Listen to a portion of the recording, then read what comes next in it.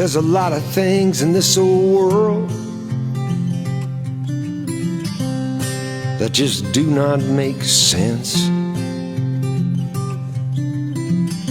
Like why there's so few believers on the firing line, while so many others sit the fence. But if you want to know where the Word of God stands, and believe it wants to use your feet and hands, it's time to take your faith out of the seats and into the streets, and come along with me. If you'll only look, then you will see on WCNTV.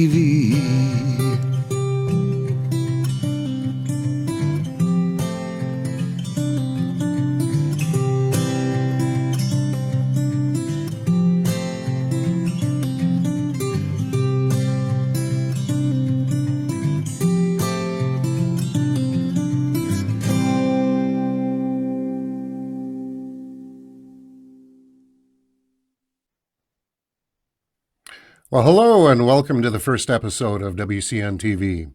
This has been a long time in the planning stages, and we're glad to be able to finally launch our first program. Each week on this show, we'll be providing a wealth of eye-opening information, education, and action plans. So this will be more than just a show. We hope to give you the tools you actually need to actually make a difference. Since this is our first program, let me take a moment just to introduce myself. My name is Rob Pugh, and I'm the publisher of Wisconsin Christian News. Here is what it looks like. If you can all see that. We started publishing the newspaper 20 years ago, and at that time we were just about 12 pages and really just distributed in our local area. Before long, God expanded our territory to the entire state of Wisconsin, and eventually God did even more. We were spilling over to the neighboring states, and today we are distributed in 47 of the 50 states all across the country.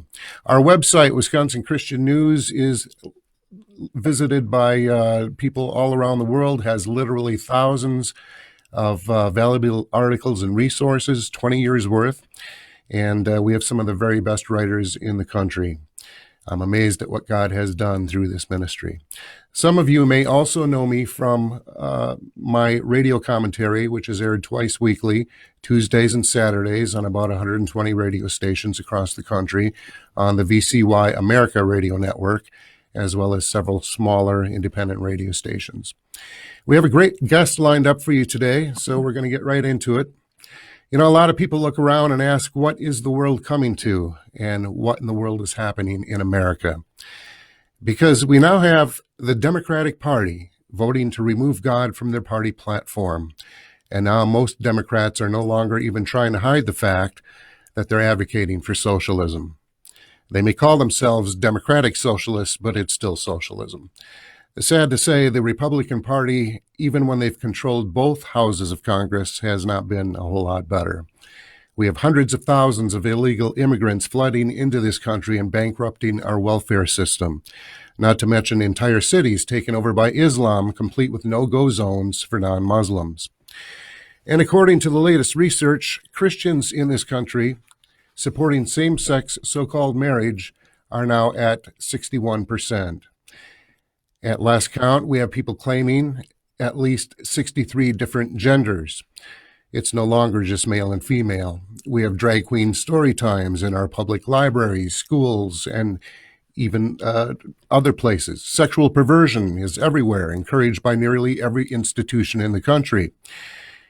Even most major corporations, Hollywood, the news media, government, schools, and churches. And all across America, we're seeing the tearing down of historical monuments and statues, the rewriting of history in the government school textbooks. Families are torn apart in divorce, if couples even get married anymore. Children are suffering from neglect, abuse, and child trafficking. if they've even been allowed to be born, because we're still murdering 3,000 children a day through abortion. We have more anger, hatred, and division in this country than ever before in my lifetime, and the leftists are fanning the flames, creating more division every chance they get. It really does seem like God has turned us over to reprobate minds. Thinking ourselves to be wise, we become fools. Meanwhile, the vast majority of our churches have become totally irrelevant in the cultural and spiritual warfare that's going on all around us. They've gone from being the restrainers of evil in the world to nothing more than religious service providers. So what is this world coming to? That's our question, and you're about to get some real answers. A few years ago, one of our readers stopped by my office, and he had driven a long way, but he wanted to come see me. He appreciated what we were doing, and he wanted to meet me, but he also wanted to give me a gift, and it was a copy of this DVD, Agenda, Grinding America Down. Now, I get a ton of books and DVDs and all kinds of resources, more than I could possibly ever get to. But this man was so impressed by this documentary. I made the time to watch it, and I was blown away. It really is the best documentary that I've ever seen, with the exception of Agenda 2. So, and you know, we hear a lot about these days about government corruption, and the deep state is a pretty new term. It generally refers to the shadow government, but the people behind the scenes who are really pulling the strings. But the deep state is much deeper than any of us realize, and it's way more than just government. We have with us today Curtis Bowers, who is the man who produced these two documentaries. And in the brief time we have available, we hope to put at least a few of these puzzle pieces together for you. Curtis also served as a state representative in Idaho, and he and his wife have 9 children. So Curtis, thank you for joining us. Welcome to the show. Thank you so much for having me on.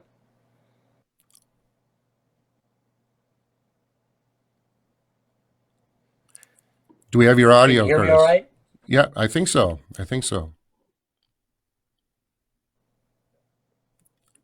Okay, good. Yeah, I think so. Okay. This is all new to us. This Okay. is, we have a learning curve You're here to gonna, work with. that's right. And you're doing something so important. There's going to be a lot of roadblocks to as you get this thing going. But I'm excited about how this is going to impact the country. Tell us how did Agenda come about at your first documentary? You were not a filmmaker. Well, no, that was not my background. I was kind of a businessman and a family man, and had gotten recently out of the restaurant business. I'd been in for about 20 years, and started to realize I need to be more involved in politically what's going on in my community. So I started going to the Republican meetings once a month for 1 hour, and my only point in going was to be there so that if something good was said, I could say, here's one man that agrees with that, and that's a really important thing to do. Or if something was recommended that's not a good thing, I could be there and say, here's one man that disagrees, and explain why. So I just wanted to have some impact on my life. Basically, through a turn of events, 11 months later, the governor calls me to appoint me to be the representative for my district, and I got kind of thrown into the fire there. And as I started to observe things in Idaho, which back then, I think it still probably is today, the most conservative state in the nation, we had an 85% majority of Republicans in the House, the Senate, and the governorship. So we should be able to do anything, and we couldn't do anything. We couldn't get the most fundamental piece of Republican legislation through there. And I started to really dig in and go, what is going on? Why? What has happened to our system and the way we do things? And as I dug in, I found so many interesting books and articles and speeches by different people and groups of the left over the last 100 years, where they had laid out an agenda of this is what they want to do to our country. And then they'd done it. And most of the goals they'd had when they stated them in one list. I'll cover a couple of these with you right now, but one of them was an older man gave me a book called The Naked Communist. And what that book is, it's a book, Cleon Skousen, who was an FBI agent, he had collected all the information that the FBI had gotten from having, agents undercover in communist cells all over America from the 30s, the 40s, the 50s. And in the 50s, then he put together a list. Here's the 45 main things they're talking about to take us down from within. And he wrote that book. And I read this list. The book came out in 1958. I read the list for the first time in 2008. So it was 50 years later.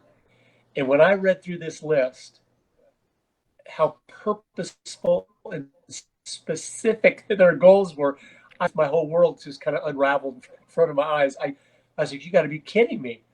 An enemy lets us know, or we figure out what their goals are for us, and then we let them do them.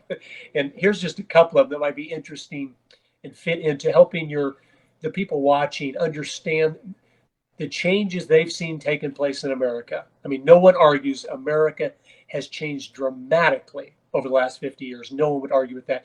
But I want you to understand the changes that have taken place have been purposeful. It's not an accident, not just the way things go. It's been a very purposeful change.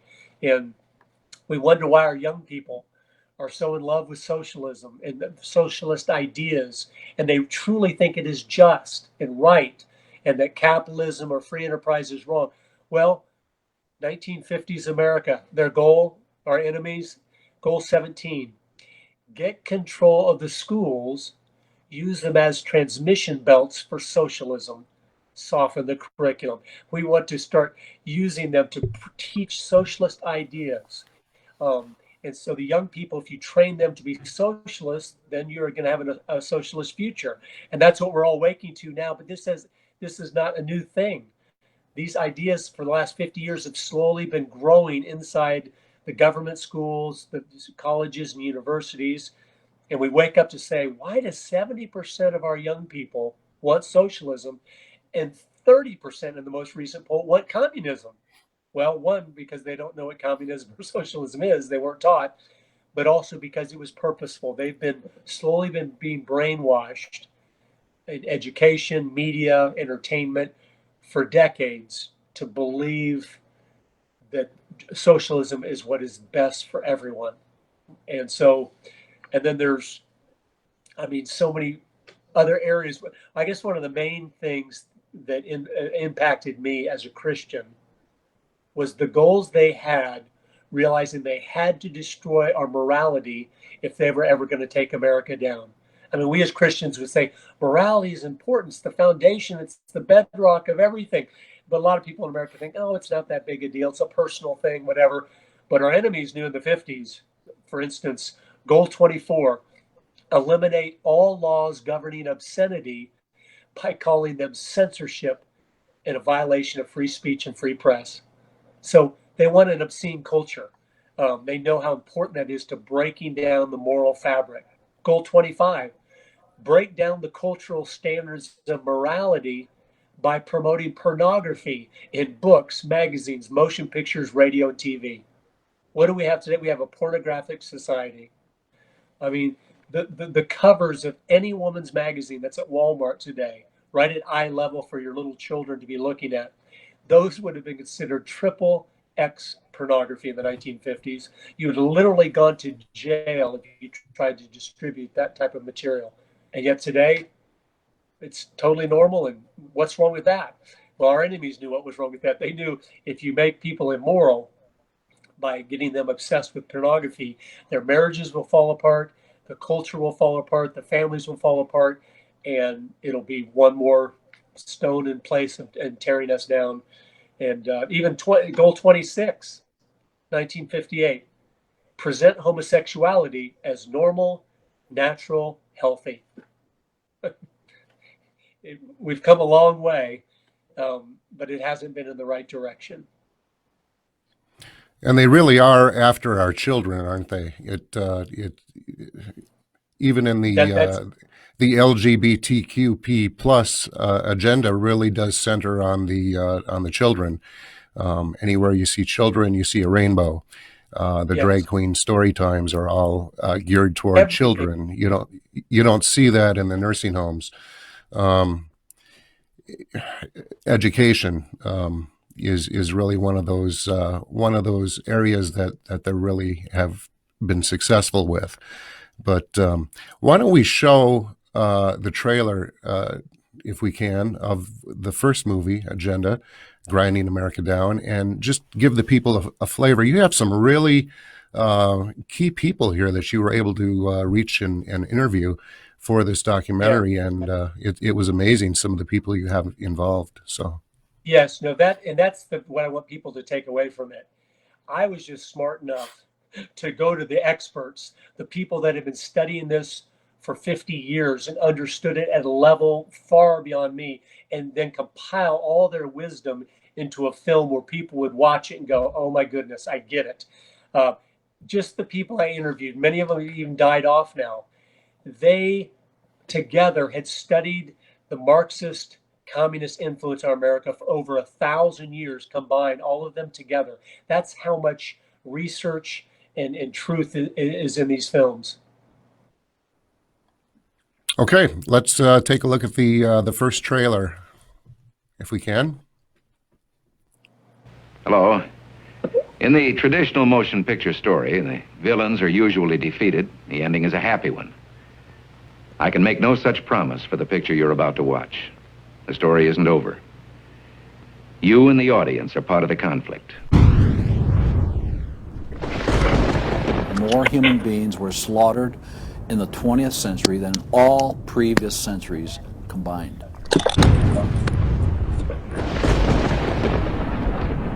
We're talking a congressional record, 135 million dead.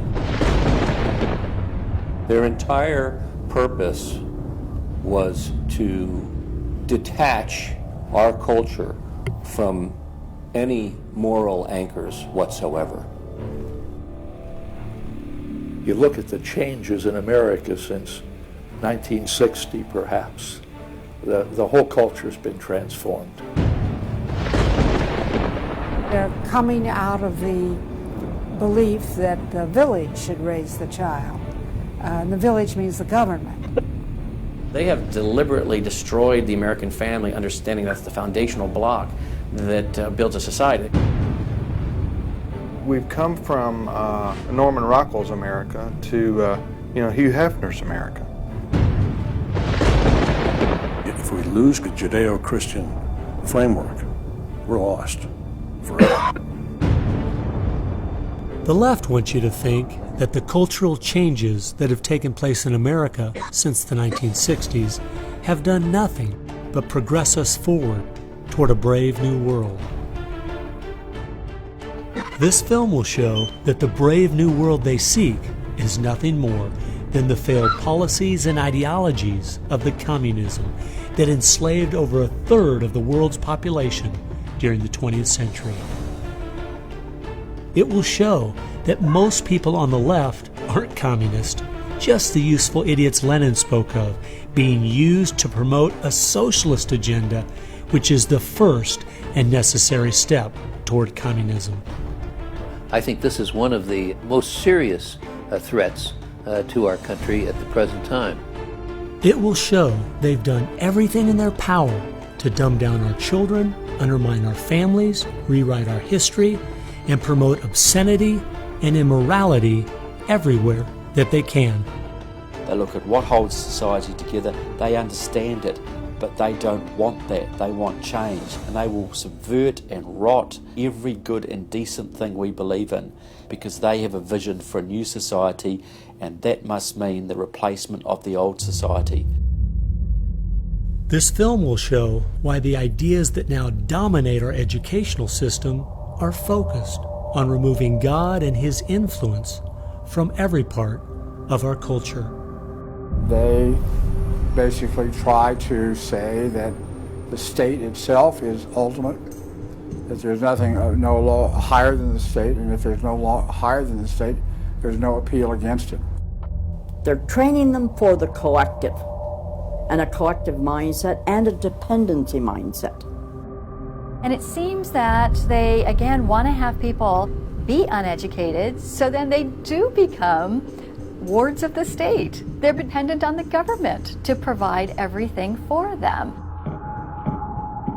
History has proven beyond any doubt that the free enterprise that freedom produces provides more for anyone willing to work than any other system. So why would the left still be pushing their socialist agenda on us? I mean, it's really just microwave communism. There's only two possibilities. They're either ignorant or they're evil. From my investigation over the last 2 years into what has caused America's drastic decline, I'm sorry to say the left won't be able to use the ignorant card. They've left too much evidence of their agenda in their books, articles, and speeches. No, America has an enemy that is getting very close to accomplishing its plan of destroying the greatest country in all world history. Once people figure it out, they're going to do what people everywhere do. They're going to start protesting and they're going to start revolting. And when that happens, that's when the powers that be feel threatened and they use the power that they have.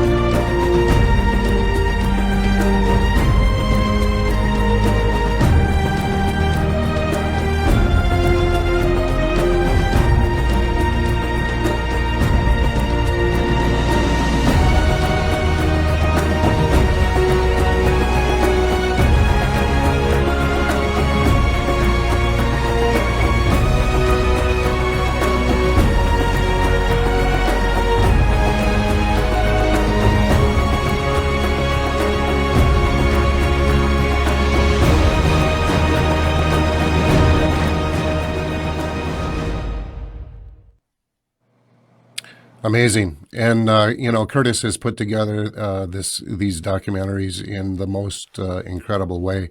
They're perfectly written. There's so much information in there. You have to watch these things more than once in order to get it all. So agendadocumentary.com. And you really do need 1 and 2. You need both of them. So check that out. But it's true. They really have, the other side really has taken over every institution. They've got education, Hollywood, entertainment, major corporations, government, the news media. We've got fake news by the networks and censorship by social media and internet outlets like YouTube and Vimeo. So, the one thing that we did have at one time, but I'm afraid we're 2 or maybe 3 generations out now, is we had the churches as a restraining influence against evil. Curtis, if you talk a little bit for us, what's happened there, and maybe get into the World Council of Churches and all of that. That's a whole another topic, but I think it's vital because as go the churches, so goes the nation, and we see where we're at.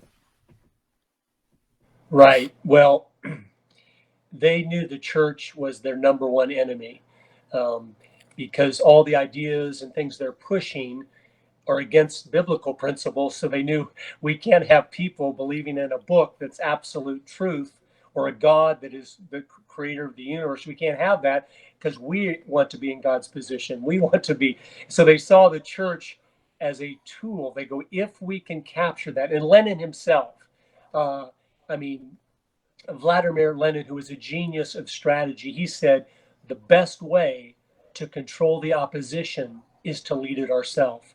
So that's what the communist mind has always done. They don't destroy the opposition. They infiltrate, subvert, and rise up from within. And so they control the opposition. And so the church, they've been so much evidence and documentation from congressional records that have been declassified to FBI, CIA files, etc., that starting back in the 1930s, when they just had so few members that were loyal to the cause, they realized one of the main places to go was the seminaries of America. So back in the early 1930s, they started going into the seminaries to become the professors in the seminaries so they could train the pastors. They could slowly start pushing the church off its dogmatic, Jesus alone, no other way to heaven, and sin and hell and heaven. Get away from all that stuff and turn them into social clubs. In fact, one of the goals there from 58, but it was way before that. It was 30 years before that. They were working at it. They said, goal 27, infiltrate the churches and replace revealed religion, that's the Bible, with social religion. Discredit the Bible. And so you wanted it to be a social club, like a country club, a do-gooder club. And as most people know, the mainline denominations, they captured very quickly. Most of them for 70 years have been off base in the way, in what they believe, their statement of faith, and the absolute truth of the Bible, because they were all based on a hierarchy. See, so they're very easy to take over. All you got to do is work your way up in the church to the top, and then you say, this denomination now is for homosexual marriage or whatever. And then so goes the top, the bottom says, okay, that's what we got to do. The evangelical church has been much harder to capture because doesn't have a hierarchy. A lot of them are totally independent or just barely bound to other ones. And so that has been the battle now the last 40 years, is to finish that church off when they realized they'd captured the mainline denominations. I mean, for the most part, like a United Methodist Church, there could be still a few good ones out there. I don't know. But every town we go to, I always like going into their foyer there and look what they're promoting. And the ones I've been in, every leftist radical cause has flyers in there for their meetings, for what they're doing, has nothing to do with Jesus, nothing to do with salvation and biblical truth and traditional families and morality and all the things the church is supposed to be about. Those have all long since been replaced. But it was purposeful. They realized if we can take over the church, they admired the church because they saw the church as something that millions and millions of people go to these churches and they believe what is said, and it actually affects the actions of their life, what is said. So if we can be the ones saying what we want in there and have a faith element behind it, then we're going to have this tool that's going to be incredible. And that's what we're waking up to as the church is slowly turning against us. Our main persecution over the next 20 years will be coming from those who say they are Christians. It will not be lost people. It will be lost people, but it'll be people that are claiming to be Christians, and as if they are the ones that really have the truth. And we're radicals, we're extremists, we're fundamentalists, and whatever. But again, that's what they wanted, and that's what's been done. But even the social justice gospel, which a lot of people are waking up to that now and realizing a lot of people are deceived and think that's a great thing and whatever. But that was all started in the late 1800s by Walter Rosenbusch, who was a socialist member, which was a group just set up to socialize the world. They wanted to get a socialism in every country of the world, and he was one of their members, and he said, I'm going to do it inside the churches, and he was incredibly successful. Again, like I said, by the 1920s or 30s, the social gospel, justice gospel, was predominant in most of the mainline denominations, where it wasn't Christ alone anymore. It wasn't absolute truth. It was love your neighbor, and that by that we mean just be kind to them. Well, that's not loving your neighbor. Loving your neighbor is speaking truth to your neighbor. in learning to, I mean, if your neighbor's on a road that you know ends in destruction, it's not loving to say, hope you have a nice trip. It's loving to go, can I talk to you about something, and share the truth of the gospel with them, and share, just the truth with them. That's the most loving thing we can do. But the church has been a main target. And as you were talking about just a little bit before that, you were talking about the young people. The young people are always the target in everything. Even the way they're getting the churches.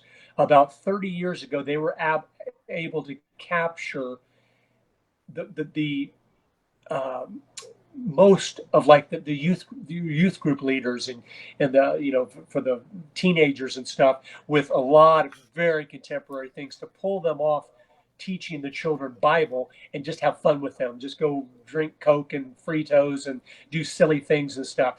That was about 30 years ago, because they knew if we raised the kids like that, then those youth pastors, a lot of them might eventually become the head pastors, and they'll be able to pull that. And I'm seeing that in so many churches. They'll pull that foolishness right into the main church, where all of a sudden everything of substance and meaning and purpose is gone.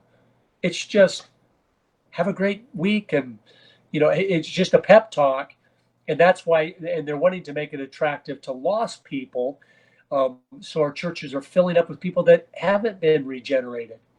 And so then yeah, exactly. It's become instead of the church, it's become worldly, carnal people coming into the church and dictating what is said and what is not allowed to be said anymore. So that's right. If you want to see something amazing, Curtis, one of the things that we do every June is we partner with Pass the Salt Ministries with Coach Dave. I believe you met him last March at our conference. Yes. And every June we do street ministry with Coach and the crew at Columbus, Ohio. It's the second largest pride parade in the country. They have... I believe last year they had 40 churches in the parade with floats supporting all this. They had Muslims for LGBT, if you can believe that. They had, every corporation you can think of, every city office, the police department was one of the sponsors in the parade. So it's amazing how they all come together under this LGBT banner, but and really they have nothing to do with each other. Really would want to have nothing to do with each other, but the enemy of my enemy is my friend. So that really is something to see there.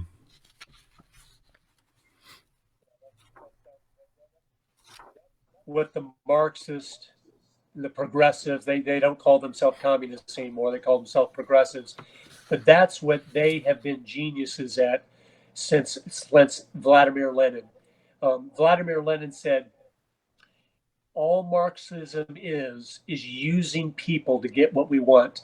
And people that do not understand that do not even understand a grain of Marxism. So they will partner with anyone, even people you think what would they have in common? Because they want to use them. And so that's, again, our young people with this whole new transgender thing you were talking about at the beginning. If a little 7 or 8 year old boy is confused about who he is, one, at that age, you don't even know the difference between a boy and a girl. You don't even know what that is. He needs help. He doesn't need to be, oh, isn't that great? Why don't you get castrated? Or why don't you? It's what we're doing is Marxist in our philosophy. It's going, how can we use that little boy to our advantage? We don't want to help the little boy. We want to use him. And that's when you see that going on in a society. And you see the Democratic Party so clearly doing that in everything they do. It's not helping people get hope and help. It's enslaving people in whatever their particular problem is, but so you can use them and you can get another voting bloc that'll vote for you. And you can, look what's happened to the Black community in America. They knew exactly what Lyndon Johnson knew exactly what he was doing when he passed the Great Society programs. He was warned by Senator Moynihan ahead of time. Hey, if you pass these great programs, you will destroy the Black families in America. The way these things, they can't stay married, they can't get another job, they'll be locked in slavery, and it'll destroy their families, and they'll be locked in entitlements. And LBJ, of course, famously said, I could care less, those blanks will be voting for us for 200 years. So that's the thing we need to, as we educate others, to let them see the purposefulness of these things. The welfare system in America doesn't work because it was made to not work. It wasn't to help people be free from poverty. It was to make sure they never get free from poverty. So they'll always be voting Democrat. So it's just, anyway, those things are so important. But every group, they will use anyone they can to gain any power they can, or to buy votes. So what is your position on Donald Trump? Do you think it's possible at this point to drain the swamp when the swamp is consists of so much more than just the government? Obviously, like I said, even like you said, with Republicans controlling the entire Congress, it can seem to get nothing done. Yes. So what do you think there? Well, a couple of things. I have a whole hour-and-a-half talk on that I'll probably be giving at your conference next March. I hope people can come to that, on the deep state, where they will see the whole fabric of it from 1870s forward and understand why it's so powerful, and why it doesn't matter who's president, who's congressman. It seems like nothing changes. Well, there's reasons why, and I don't have time to get into all that, but I truly believe Trump is at least trying, which is amazing. I didn't really care for him in the primaries. I didn't know who he was. I wasn't excited about him at all, zero. But watching him and watching his enemy, how the media and everything came unglued, the people I have been studying, when he got elected, I realized, even the day he got elected, I realized he must be better than I thought he was, because they wouldn't attack someone like that's not an enemy. And but then the things he's done, I think he's done a lot of great things. Not perfect, and a very unlikely man to be an answer to our prayers, but we need to be praying for him.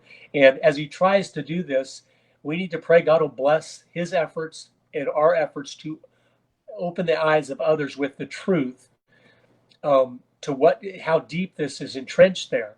I mean, do Democrats or Republicans want a Washington, D.C.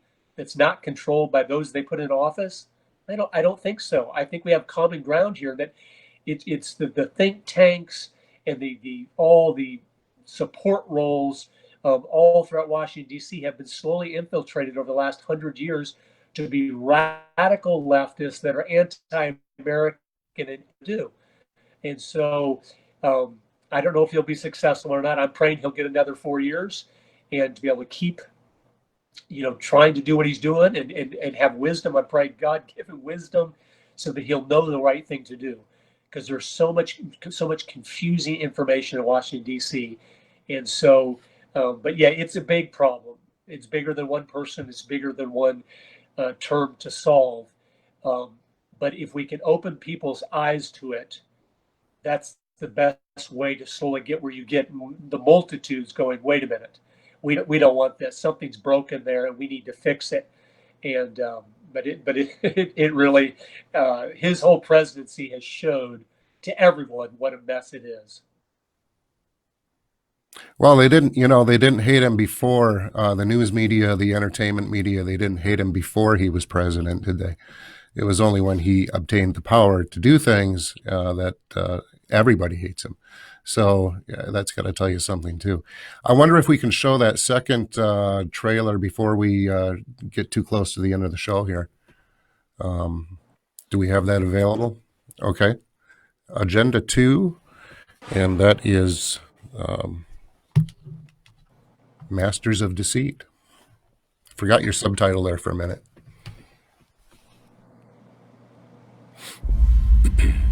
You and I have the courage to say to our enemies, there is a price we will not pay. There is a point beyond which they must not advance. And this is the point I think Americans need to comprehend. If America goes down economically, it will go down militarily. If America goes down militarily, we all go down. The free world is finished, and it will be finished for a very, very long time. Everything, practically, is is in a self-destructive mode. We're in the most critical period we've been since the Revolutionary War. You're not alert, you're not awake with what's happening. They would just as soon see this country on its knees and everything equalized. That concept of collectivism, big government, is a magnet for the predator class. The plans for all this are to have everything globally in place by 2020. If we're that dumb and we allow this to happen, we deserve everything we're going to get, because we're going to get it right in the neck. We're headed into what could be a nightmare that would make all the atrocities of the 20th century look like they were a dress rehearsal. When people are afraid, they ask government to do more, not less. Their theories are designed to scare the people to believe there's a crisis when there is not a crisis at all. There's no crisis. I think we're losing more and more freedom because we are afraid. The left wants you to believe that catastrophe is always just around the corner, and the only way to avoid it is to do exactly what they say. But this film will show everything they do is just a Trojan horse of deceit, carefully crafted to advance their real agenda of finishing America off. We have been the main stumbling block to world communism since it first raised its ugly head. From the promotion of Islam to the propaganda of climate change, from the deceit of Common Core to the manufactured economic crisis, and from their manipulation of the evangelical church to the unsustainable debt burden. This film will show the issues are simply being used as a smokescreen to hide the purposeful, premeditated, treasonous attacks on the foundations of our freedom. The war on religion has just purged us from being able to determine right from wrong. You know what Alexander Solzhenitsyn said about Russia? How the communists took over Russia? He said, "We forgot God." It will expose the tactics and strategies our enemy is using to prey on the good nature and caring spirit of the American people. Their magnum opus of fraud and corruption is sustainability, the most clever on-ramp to totalitarian control ever devised. This film will show it has nothing to do with clean air, water, and stewarding our resources, things everyone is for. No, unfortunately, it is just a masterpiece of marketing being used to convince people that a one-world problem requires a one-world solution by a one-world government. Under the new Agenda 21 movement, we've been demoted. We are now below the earth. And if we are less than the earth, then there is no tyranny against man that cannot be justified under the premise of protecting the environment. If you believe that there's nothing special about man, it can take you all sorts of places. Unless there is a change in this country, we are going to end up at the end of the line in a totalitarian state. Their stated agenda, carved in stone on a monument in Georgia and outlined in documents placed in the Ark of Hope, is to eliminate 6.5 billion people by century's end. And they will succeed if we don't stop them. This is not just a fight for the United States of America. This is a fight for civilization itself. It's everything Karl Marx dreamed of before our very eyes. I think they've pushed us over the cliff and ever since. America isn't going to fall. We are falling.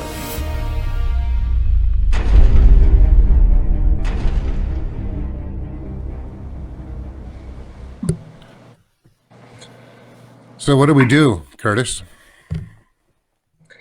How do we stop this? Obviously it's information and education, getting that out to people, but there are so many people asleep. How do we wake people up? How do we get the information out? Well, I think having even like these films, we've had tens of thousands of people email us that they're having showings in their home. One lady in Tennessee, I remember recently, she emailed. She goes, "I just want you to know, we're having our 27th showing of Agenda tonight in our home. We make fajitas and invite different groups of people over. We watch the film, have dinner, and just talk about it." And I emailed her back, "Thank you so much for doing that." And she emailed me back, "No, thank you for giving me something to do for my country. I've always wanted to do something and I didn't know what to do." So things like that are one step where you just start to go, I'm going to influence some people. All these people are good at influencing people. Why can't I influence people? Even if it's just one or two people, then you've tripled yourself if you did two people. We think so often the solutions have to be big. We need a big group and a big organization and big money, and it doesn't work that way.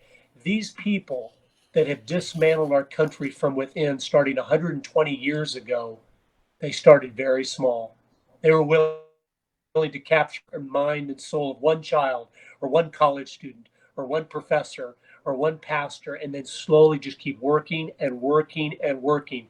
So what can we do? A couple of things. One is, as we educate others, which we need to be doing, even if it's just a couple at a time, that's totally fine.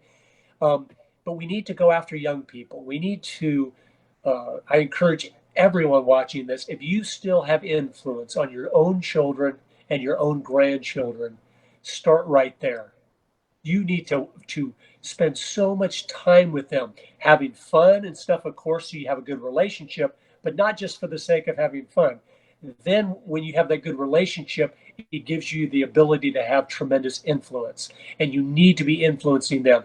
This world wants to use them to gain more power and control. It wants to destroy their life. So it's another person whose life is falling apart and needs big government. So we need to start right there. If your kids and grandkids are not around, then you need to look for, is there young people in your church or in your community or your neighborhood?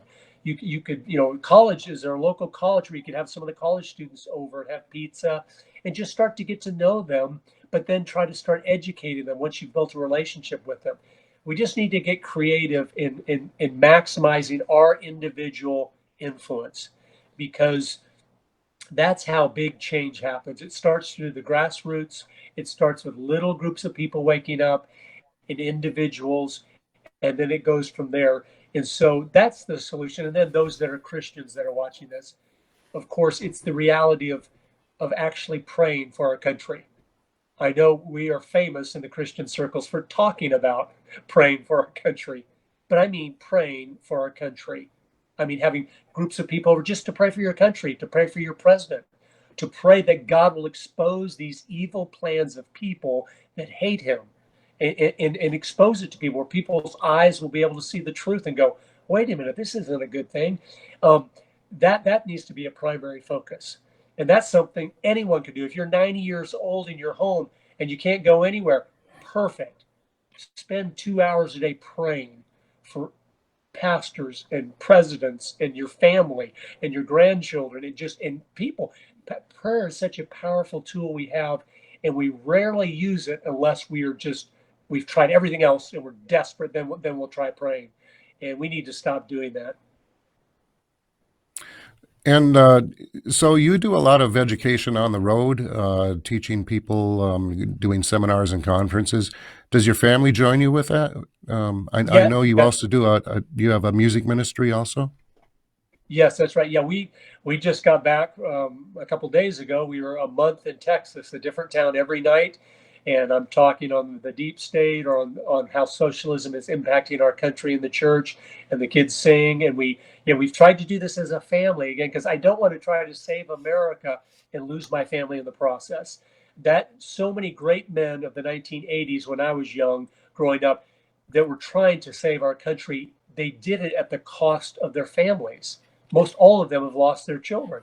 And I was like, God, I would never want to jeopardize my own family that I know I'm responsible for, to try to say. So I encourage people doing that to always work together as a family, and to let your children see at a young age, wow, one family can make a difference.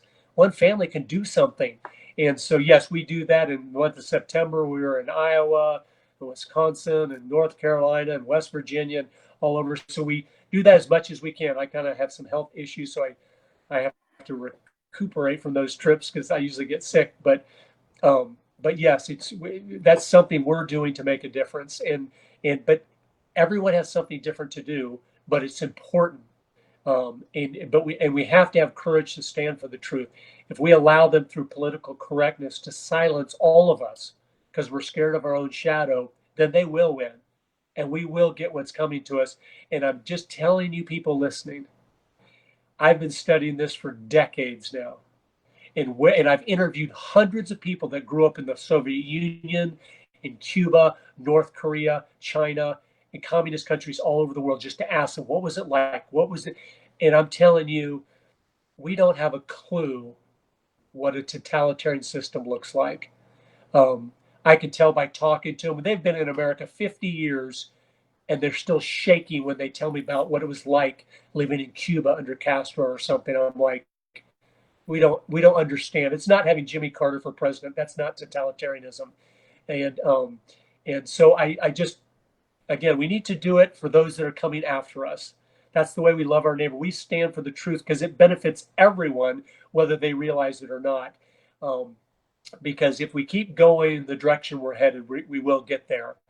And it'll be such an unfortunate, unnecessary thing to happen when America has spread more missionaries around the world, funded more missionaries for the last 200 years than any country in the history of the world. We've been there to help countries in need just with our own individual charitable donations. Every time there's a disaster anywhere in the world, the American people just donate billions and billions of dollars because we do love our neighbor.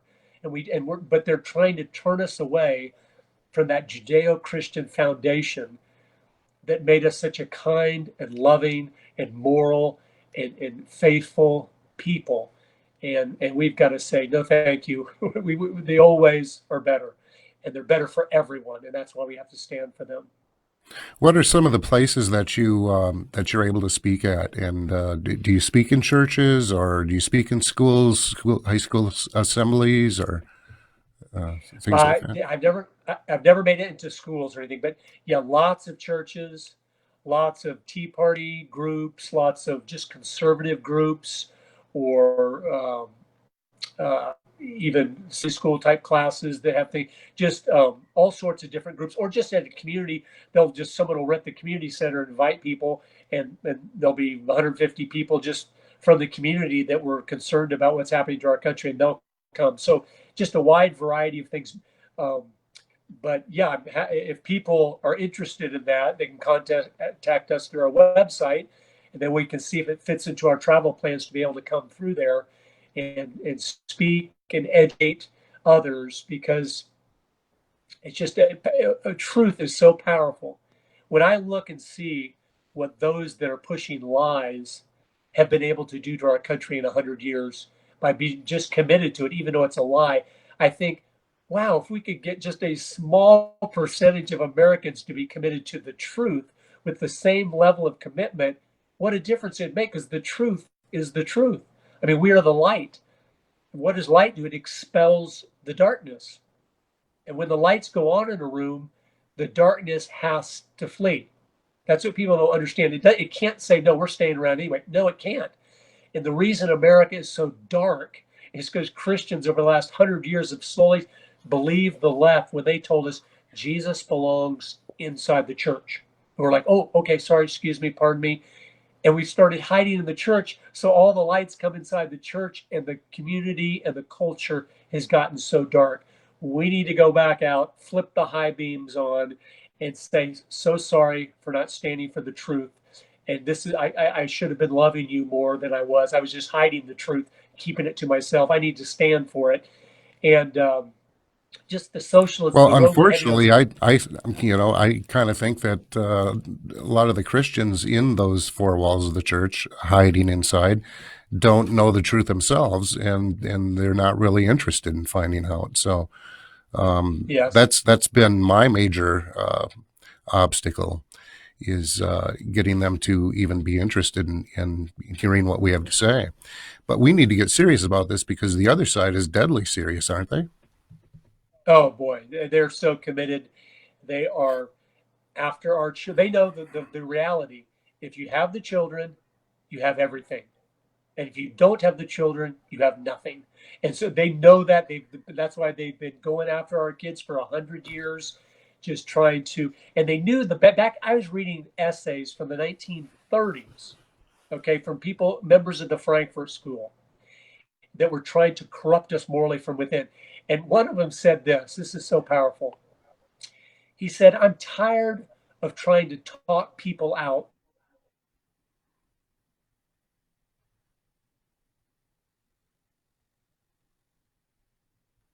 Oop, think we lost Curtis there. Well, maybe. Yep, I think we have a disconnect. Yes. So anyway, agendadocumentary.com is the website, and you can get all the information there. You can watch the trailers again, but I would really encourage you to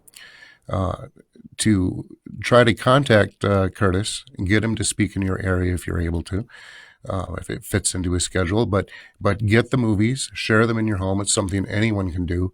And there is so much information in there. Like I said, you really have to watch this more than once. I